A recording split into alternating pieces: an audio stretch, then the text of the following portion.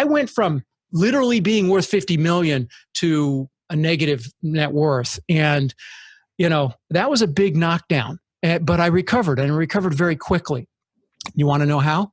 Yes. How? All right. So what I do, let me take you back, and it's not going to take a long time, but I want to give you some framework because it lends to this story. First of all, you have to have goals. Okay. So let me give you some examples and let me, where do I want to start?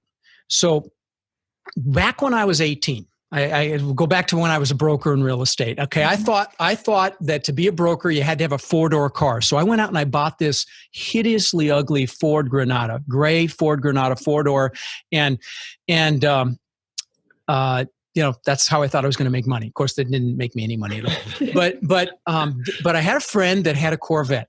Now, by the way, these examples I'm going to give you, please realize it's not me bragging at all. It's just my story, and I'm hoping to add value to the people that are listening. Just use them as an example. And there are numerous examples of people doing what I didn't even realize what I was doing at the time.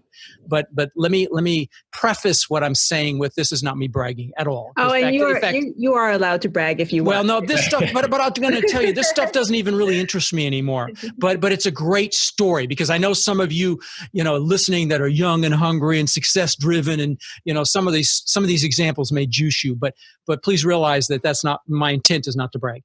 So I wanted a Corvette.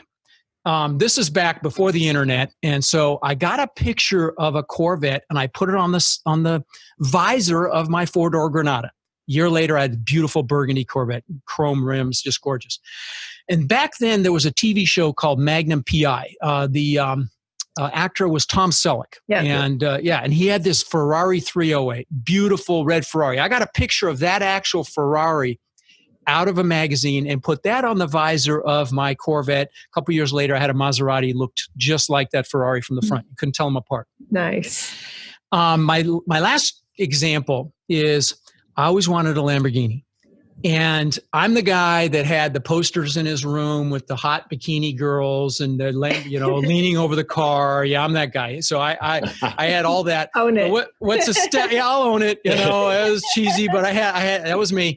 But what's astounding is as I made the mistake of telling my 8-year-old son that I was thinking about a Lamborghini. He got pictures. He got posters. He got a model of the exact same color and style of the one that I ended up getting, which I ultimately wrecked. But that's another story. But the point here is visualization really works. I don't know, maybe some of you listening has heard Jim Carrey's example, how he wrote himself, when he was broke, he wrote himself a check for $10 million and he looked at it up by the Hollywood Hills sign and he made it for Dumb and Dumber, and he put the check in with his dad when his dad was buried. But visualization works. Olympic athletes visualize a race. It's been proven that it's effective, making you better in athletics. All Olympians do this now. They visualize the race before they do it. Another great example, Walt Disney. When Epcot Center was built, Walt had already passed, and Roy Disney was there at the grand opening. And a reporter came up to Roy and said, it's a shame Walt didn't get to see this. And then Roy looked at him and said, the only reason you're seeing this today is because Walt saw this. Okay. And so guys, and I didn't realize that that's what I was doing back then. And what's kind of cool is I just had, John Assaraf from The Secret on my show. He's the guy in the movie The Secret. By the way, you listening, if you have not seen the movie The Secret or read the book, it's about the law of attraction. Highly recommend it, because it kind of solidified all these things that I'd done over the last couple decades to get the things that I wanted in my life and not realizing what I was doing. But it was cool to have him. He's the guy in the movie that has the vision boards. He's probably responsible for a couple million people having vision boards now. But pictures work. In fact, I'll show you something here. This is kind of cool.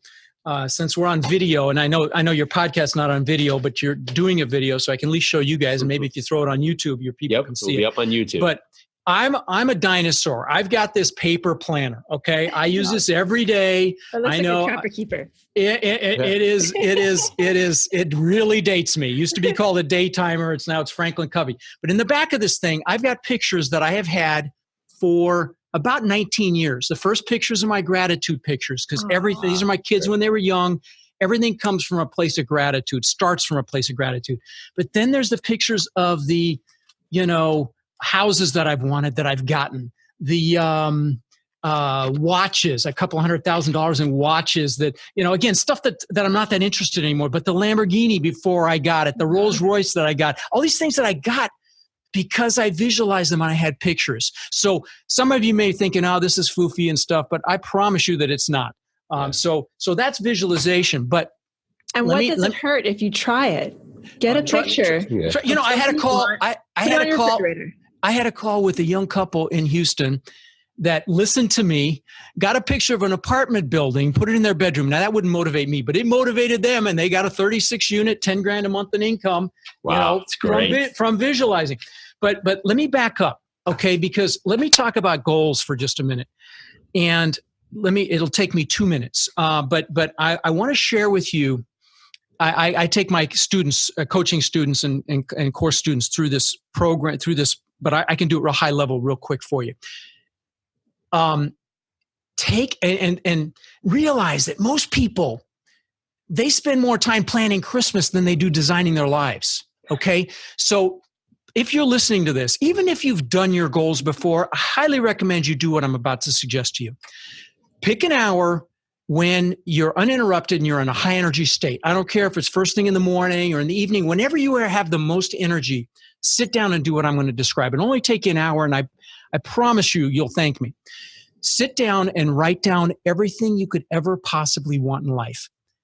The big things, the boats, the planes, the cars, the houses, the motorcycles, the jet skis. Write down everything you could ever want. Then write down everything that you want to learn. I want to learn how to fly a helicopter. What do you want to learn? Write down everything you want to learn. Then, probably most importantly, write down who you want to help. I bought my parents a house down here in Port Charlotte on the water, and what who in your family do you want to do something for? Maybe you'd want to do something more for your community, help elderly, help children, help animals, whatever it is. Write it down. Everything you want to do, be, or have, big things, little things. Take the lid off your brain. And imagine that if you write it down, you'll get it. And I will tell you it's not outside the realm of possibility, because just the simple act of writing it down triggers something called your reticular activating system. And what that is, it's that filter in your brain that subconsciously identifies what's important to you. For example, right now, you're not thinking about how your feet feel, but your brain knows how they feel, and now you're thinking about how your feet feel. It's that thing. It's that thing that when you first buy a car, you never really notice them, and then you buy it and they're everywhere. Okay, that's your reticular activating system. So just the physical act of writing down the goals is a huge step in the right direction. All right, but then you've got to do a few more steps, and it just takes a minute. The next thing you want to do is first of all, make sure those goals are clear and measurable. Not, I'm going to lose a lot of weight. I'm going to lose 20 pounds by January 8th, okay? Which happens to be my birthday. That's why the date popped up in my head. Anyway, so make them clear and measurable, and then put a time limit on each goal. Put a number, how many years it's going to take for you to achieve each goal. And by the way, let me back up for 1 second. Those of you that are analytical, don't sit and analyze what you're writing down. Just write them down. You can always scratch it out later as you're writing your goals. And don't let the pen leave the paper. When you're doing this, just write until you can't think of anything else, okay? All right, but now, then you put a time limit on each goal, 1, 3, 5, 10, 20, how many years it's going to take you to achieve it. Remembering that as human beings, we will overestimate what we can do in a year and massively underestimate what we can do in a decade. Okay, so remember that as you're going through this. Yeah. But then once you've put a time limit on each goal, circle your top 4 one-year goals. Okay, take those 4 goals and write them on a separate sheet of paper. Now, the most important part. Write down why each one of those goals is an absolute must. And use emotionally charged words, massive, incredible, amazing, so that I can, show my spouse what a success looks like, whatever it is, and write it down. Now, take it one little step further and put some pain in there if you don't achieve the goal. And make it painful so I don't feel like a failure, so I don't fail my family. Make it painful, because as human beings, we'll do more to avoid pain than gain pleasure. So put some pain in there if you don't achieve the goal. Then the last thing, go on Google, find some pictures that resonate with you for each of those goals. They don't have to be exact, but when you look at them, they kind of stir you. Go to Walgreens or CVS. You can have them blown up for like $8 and put them somewhere you're going to see them. I mean, guys, I just showed you my stuff. 90% of what I have in my book, I've gotten expensive stuff. So, this stuff works. Trust me. It absolutely works, because it's never the goal that drives you. It's why that goal is an absolute must that drives you. I had Grant Cardone on the show, who's awesome, 4,000 units. I mean, got his own jet. Guy's a rock star. At 10X. 10X. Yeah, 10X. Yep. Now, I will say this. I think the goals have to be kind of based in your concept of what you think you can really achieve. And I think for some people, 10Xing might make them think they're never going to do it. So that I'm disagree with him a little bit on that. I think some people can do it, but a lot of people, it has to be based in their version of their ceiling of what they can accomplish mentally, because it's all psychological. But the other thing is, he says, write your goals down morning and evening, which is fantastic. Yeah. However, he doesn't push on the why, and the why is really what's going to drive you.